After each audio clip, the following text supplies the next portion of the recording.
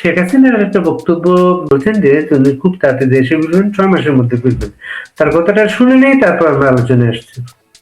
হ্যাঁ, দোয়া করি। শুধু তাই না, আমি কথা দিচ্ছি যারা তোমাদের উপর অত্যাচার করছো, নাম ঠিকানা এখন থেকে সব জোগাড় করে রেখে দাও। যে মাননীয় লিখিত সদ্য করে রেখে ওর নাকে সব দেওয়ায় জয় বাংলা স্লোগান দিয়ে ছাড়াবো। তোরা জয় বাংলা স্লোগান দেবে ইনশাআল্লাহ, ইনশাআল্লাহ। 6 মাস সংখ্যাটা যতক্ষণ পর্যন্ত দেশে ফিরিয়ে না আইনে ততক্ষণ পর্যন্ত আমাদের সংগ্রাম আমি আসছি খুব তাড়াতাড়ি চলে আসবো। ইনশাআল্লাহ। হাসি দিচ্ছে এই ঘোষণাটা শেখ হাসিনা এরকম ঘোষণা তো সরাসরি প্রথম উনি বললেন সেটা। সুজাত ভাই, এই বিষয়টাকে আপনি কিভাবে দেখেন? ধন্যবাদ বাড়ি ভাই। গত বৃহস্পতিবার জয়দীপকে মিস করেছি, আজকে আমরা পেয়েছি আবার। বিষয়টাকে আমি পজিটিভলি দেখতে চাই। একটা জিনিস আপনি খেয়াল রাখবেন, আমি কিন্তু আপনারা কেন বলতে বলেছি আমি যে উনাকে পরিবারকে দেখিয়ে উনার জীবন হানি হবে অথবা তার পরিবারের সবাইকে মেরে ফেলবে এইসব বলে উনাকে দেশ ত্যাগ করতে বাধ্য করতে পারতো না। উনি মরতেন, মরে ফেলেন। আমার বিশ্বাস থেকে যতটুকু আমি ওনাকে জেনেছি, যতটুকু বুঝেছি, আমার বিশ্বাস থেকে আমি যে কথাটা বলতে চাচ্ছি, আমি নিশ্চিত উনাকে বলা হয়েছে এই মুহূর্তে দেশ ও জাতি অনেক সংকটে, আপনি যদি না যান, আপনি যদি বেঁচে না থাকেন, পরবর্তীকে জাতিকে রক্ষা করবে। এই কথা বলে ওনাকে রাজি করানো হয়েছে উনি দেশত্যাগ করতে। এটা আমি বিশ্বাস করি।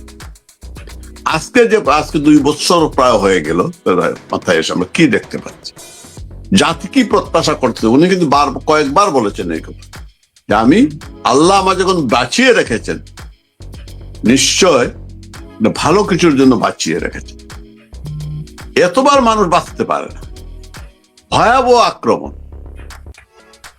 প্রধানমন্ত্রী থাকাকালীন অ্যাটেম হয় নাই আমি সেটা বলবো না, কিন্তু যদি আমরা দেখি, কিন্তু উনি যেন বিরোধী দলের নেতা, উনার উপর আক্রমণ বারবার হয়েছে। সর্বশেষ আক্রমণটা কি হয়েছিল সেই 21শে আগস্ট। উনি তো শেষ হয়ে যাওয়ার কথা, কিন্তু হয়ে যাননি। তারপরে এইবার যেটা হইল, আমি এই জন্য বললাম যে দেশ ও জাতি আজকে সংকটে, যেভাবে সংকটে, যে সংকটে পড়েছে আজকে যে শিশু হত্যা চলতেছে, আমরা উনার আমলেও ঠিকার বিষয়টা উনি কিভাবে শিশুদেরকে আদর করতেন। আমি ধর্মের যারা কথা বলে, যারা ধর্মের নামে রাজনীতি করে, তাদের উদ্দেশ্য বলতে চাই, ধর্মের শিশু সম্পর্কে কি হযরত মুহাম্মদ নবী করিম কি বলেছেন। শিশু এবং ফুল ওনার সবচেয়ে প্রিয় ছিল। শিশু হত্যা দুনিয়াতে এটা হচ্ছে গণহত্যার। এই হত্যার জন্য এই শিশুদেরকে ইউক্রেন থেকে রাশিয়া নিয়ে আসার জন্য কিন্তু আমাদের আন্তর্জাতিক আদালত থেকে পুতিনের বিরুদ্ধে গ্রেপ্তারি পরোয়ানা দেওয়া হয়েছে। এই আপনার গাজাতে শিশু হত্যার কারণে নাতিয়ানের বিরুদ্ধে কিন্তু গ্রেপ্তারি পরোয়ানা আছে। আমাদের দেশে সরকার সেটা ভুলে গিয়ে সরকার এবং সরকারি দল, বিরোধী দল সবাই মিলে একটা, আমি দেখলাম এটা পরিচিতি, ছোট্ট পরিচিতি, মঞ্জুর আল মতিন, তার কাছে এগুলো কোনো বিষয় না, তার কাছে জুলাই সনদটা সবচেয়ে বড় বিষয়। আমি পড় দিয়েছি, আপনি দেখেছেন হয়তো বাড়ি ভাই, শুয়োরের বাচ্চা, আর কিছু বলিনি। আচ্ছা, আদালত গেল, এই যে এই সংসদ গেল প্রায় 1 মাসের মতো, শিশু মৃত্যু নিয়ে কেউ কোনো কথা বলেনি। কারণ তারা এই দেশটাকে নিজের দেশ মনে করে না। এরা যে বর্গী, এরা তো বর্গী, জামাত বা বিএনপি, এরা তো দেশটাকে ওন করে না, এদেশে মানুষকে ওন করে না। যার কারণে মানুষের যা চাহিদা, মানুষের যা প্রয়োজন, দেখবেন এই বন্যা নিয়ে কথা হচ্ছে না, কৃষি পণ্য নিয়ে কথা হচ্ছে না, কথা হচ্ছে কি নিয়ে? ট্যাক্স ফ্রি গাড়ি না নিয়ে ঘুরিয়ে সরকারি ট্যাক্স ফ্রি গাড়ি যদি নেয়, তাহলে নিজে কিনতে হবে। ট্যাক্স ফ্রি হলেও কিনতে হয়, আর যদি সরকার দিয়ে তো তার কিচ্ছু লাগে না, পেট্রোল সবকিছু সে পাবে, পয়সা তার খরচ হইতেছে। কি কৌশল করে নিয়ে আসা, আপনি দেখবেন সবকিছু। এই জন্য উনি যে কথাটা বলেছেন, জয়দীপের সাথে একমত। একটা হচ্ছে কর্মীদেরকে বলা যে আমি আছি, আমি আসতেছি, আমি আসবো, মনোবল ফিরিয়ে আনা। আপনি দেখবেন মিছিলের সংখ্যা, মানুষের সংখ্যা কিন্তু বাড়তেছে। এই মনোবল যদি না বাড়ে, এই যদি না বাড়ান, তাইলে কর্মীরা তো ডিমোরালাইজ হয়ে যাবে। এবং মানুষকে বার্তা দেওয়া, জনগণকে, আমি শেখ হাসিনা আছি, আমি আসবো, আসার পরিবেশটা হলেই আমি চলে আসবো। 6 মাস হইতে পারে, 1 বছর হইতে পারে, কালকেও তো হতে পারে। 6 মাস উনি হয়তো এমনিতেই বলেছেন কর্মীদেরকে, যদি আমি শুনি নাই জিনিসটা, 6 মাস আমি শুনি নাই। উনি আসবেন বলে বারবার বলতেছেন, কথা বলবেন, একবার আসেন নাই তো উনি। এইবার যদি আসে তবে 3য় স্বদেশ প্রত্যাবর্তন হবে। 5 দিন পরেই তো প্রথম সত্তা প্রত্যাবর্তন, আর 2য় স্বদেশ প্রত্যাবর্তন গেল। এবং সবগুলোই সংকটের সময় উনি এসেছেন। সংকটে এসে জাতিকে রক্ষা করেছেন, আওয়ামী লীগকে রক্ষা করেছেন। আগের দুটো প্রত্যাবর্তন হয়েছে মে মাসে, হয়েছে আগের দুটো প্রত্যাবর্তন হয়েছে মে মাসে, 17 এবং 7 মে। এইবার হয়তো আরেক মে তো হইতে পারে, অথবা ডিসেম্বরে হইতে পারে। 6 মাস না, 6 মাস হইলে এটা অক্টোবর পরে। শুনলাম 6 মাস বলেছেন। এই যে কর্মীদের দাবি, আপনি ফিরে আসেন, আপনি ফিরে আসেন, মানে মানুষ আর কারো, কর্মীরা কারো উপর ভরসা করতে, কর্মীরা যেমন করে না, জাতি করে না, আন্তর্জাতিক বন্ধু মহল কেউ করে না। যারা বাংলাদেশের মুক্তিযুদ্ধের সাথে তার যাদের সম্পর্ক রয়েছে অন্তকে, তারা এই জিনিসটা, শেখ হাসিনা তারা বুঝে না। সুতরাং উনি ফিরবেন, এটা তো কোনো বিষয় না। উনি ফিরবেন, পরিবেশ ক্রিয়েট হইলেই ফিরবেন। আমি তো চাই না, আমরা নিশ্চয়ই কেউ চাইবো না উনি বিপদে পড়ুক। আইসা পরিবেশটা ক্রিয়েট হোক, আর তারেক যে এত সহজে আসতে দিও তা তো বুঝতে পারতেছি না। তাদের টার্গেট তো যেভাবে কথা বলতেছে, যেভাবে আগাইতেছে, কাঠ বাবা। তো এখন নতুন ভাবে ভয় দেখাচ্ছে শাপলা চত্বর, নতুন না না, শাপলা তো একটা দেখেন নাই আজকে বিএনপি আর পুনরায় আবেদন করছে যে বিএনপির 2000 নেতা কর্মী গুম খুনের জন্য আদালতে পুনরায় তদন্তের জন্য আবেদন করেছে, জানেন না? ওই দিন আপনার এখানে বলেছিলাম না যে বাড়ি আমি চাইলে যদি আপনার মানসিকভাবে আপনার এন্ট্রি, আমি কিন্তু আপনার পক্ষে আসতে পারবো না, চাইলে আসতে পারবো। এই কারণ বলেছিলাম কিন্তু বিএনপি চাইলেই ভারতপন্থী হইতে পারে, ভারতের বন্ধুত্ব করতে পারবে। পন্থী বলবো, ভারতের বন্ধুত্ব করতে পারবে না। কি দেখলেন? ভারতের স্বরাষ্ট্রমন্ত্রী, পাকিস্তানের স্বরাষ্ট্রমন্ত্রী আসে নাই, চুক্তি করে নাই এসে। শুধু পাকিস্তান স্বরাষ্ট্রমন্ত্রী না, বাংলাদেশের শিক্ষামন্ত্রী পাকিস্তান ঘুরে এসে বলছে পাকিস্তানের শিক্ষা ব্যবস্থা নাকি তাকে এত মুগ্ধ করছে, আমাদের এখান থেকে ওইখানে পাঠাবে শিক্ষার্থীদের, তারা ওইখান থেকে শিখে আসবে। মগজ দুলাই তো করতে হবে না। কালকে আমার জবের কারণে এক ডাক্তার, পাকিস্তানি ডাক্তার আমার এলাকায়, তাকে নিয়ে দিলাম, করলাম। সে বলতেছে, সে নিজে বলতেছে যে আমরা আসলেই বাংলাদেশ, সে নিজে থেকে বলতেছে অনেক বৈষম্য করেছে। মানুষ কিন্তু জনগণ, শিক্ষিত মানুষ কিন্তু স্বীকার, কিন্তু পাকিস্তানের রাজনীতি বা রাজনৈতিক দলগুলো সেটা স্বীকার করবে না। শুধু ট্রেনিং এর জন্য যেতে হবে না, শিক্ষা তো এখান থেকে নিতেই হবে। হ্যাঁ, মিলন সাহেব তো তাই ব্যবস্থা করতেছে, অসুবিধা নাই। এই জন্য বলো, এই কারণে এই যে শুভেন্দু অনেক ছেলে মেয়ে স্কলারশিপ নিয়ে ইন্ডিয়াতে পড়তে যায়, কিন্তু এখন পাকিস্তানে যাবে, এটা কাউন্টার চলতেছে। এটা তো শিক্ষা হওয়ার টেরোরিজম শিখতে যাবে ভাই, এটা টেরোরিজম শিখতে হবে না। এন্টি পাকিস্তান বানাইতে হবে, বাংলাদেশ বানাইতে হবে না। দেখলাম যে শিক্ষার মানের দিক থেকে পাকিস্তান হচ্ছে বিশ্বের 156তম, বাংলাদেশ 143তম। তা 143তম দেশ 156তম দেশের কাছে শিক্ষা অর্জন করতে যাচ্ছে, এবং কোন ধরনের শিক্ষা সেটা তো তরুণরা ভালো মতো বুঝতে পারছে, এবং তরুণদের ধারণা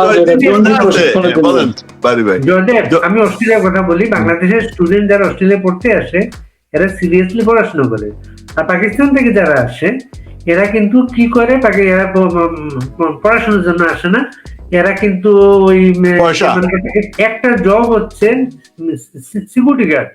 সিকিউরিটি গার্ডের ট্রেনিংটা অস্ট্রেলিয়ান পার্মানেন্ট রেসিডেন্ট বা সিটিজেন ছাড়া সিডনি মেলবোর্ন এগুলাতে নেওয়া যায় না।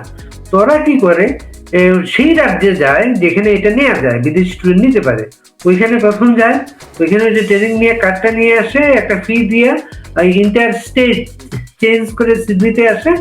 এখানে কি করে, কোনো একটা ভিসা কলেজ আছে, ওইখানে অ্যাডমিশনটা রাখে। এরা পড়াশোনা করে না, এরা দিন রাত কাজ করে এরা। হ্যাঁ, এখানে বিয়েও হবে আপনি না। শুনেন নাই কয়েকবার একটা রিপোর্ট হয়েছিল যে সৌদি আরবের কোন জায়গায় কয়েক হাজার ভিক্ষুক ধরা পড়ছে পাকিস্তানি। হ্যাঁ, পাকিস্তানি। হ্যাঁ, আচ্ছা, আমি যে কথাটা বলতে চাচ্ছিলাম জয়দীপ, 126টা কত বলেন নাম্বার? 56? হ্যাঁ, 156তম। 56। আচ্ছা, আপনার মনে আছে বাড়ি ভাই যে একটা পাকিস্তানের টক শোতে ইমরান খানের সময় একজন লোক বলছিল আমাদেরকে সিঙ্গাপুর বানাইতে হবে না, আমাদেরকে বাংলাদেশ বানিয়ে দাও। হ্যাঁ, তারা বাংলাদেশ হইতে চাইছে।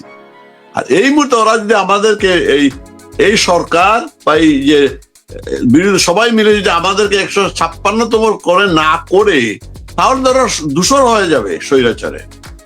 শেখ হাসিনা তাদের ভাষায় স্বৈরাচার তো দেশটাকে শিক্ষা অনেক এগিয়ে নিয়ে গেছেন। এখন যদি দেশটাকে পিছিয়ে পাকিস্তানের পর্যায়ে না নিয়ে যায়, তাইলে তো সরকার দূষণ হয়ে যাবে না। এই যে তারেক রহমান বলছে আজকে কি, এই পদ্মা বীজ বড় এই রূপপুর কেন্দ্র এইসব করে ঋণের পূজা করে আর আমাদের ঋণ টানতে হবে, আর সেতু মন্ত্রী বলতেছে দ্বিতীয় পদ্মা সেতু করবে। অর্থাৎ তাইলে তো তাদেরকে ঋণ নিতে হবে, ঋণ ছাড়া তো করতে পারবে না। শেখ হাসিনার মতো তো সাহস তো নাই যে নিজের পয়সা আমি করে ফেলবো, সেই চ্যালেঞ্জ নেওয়ার মতো ওদের ক্ষমতা নাই। প্রথম পদ্মা সেতু তো তারা করছে, সেটা বলো।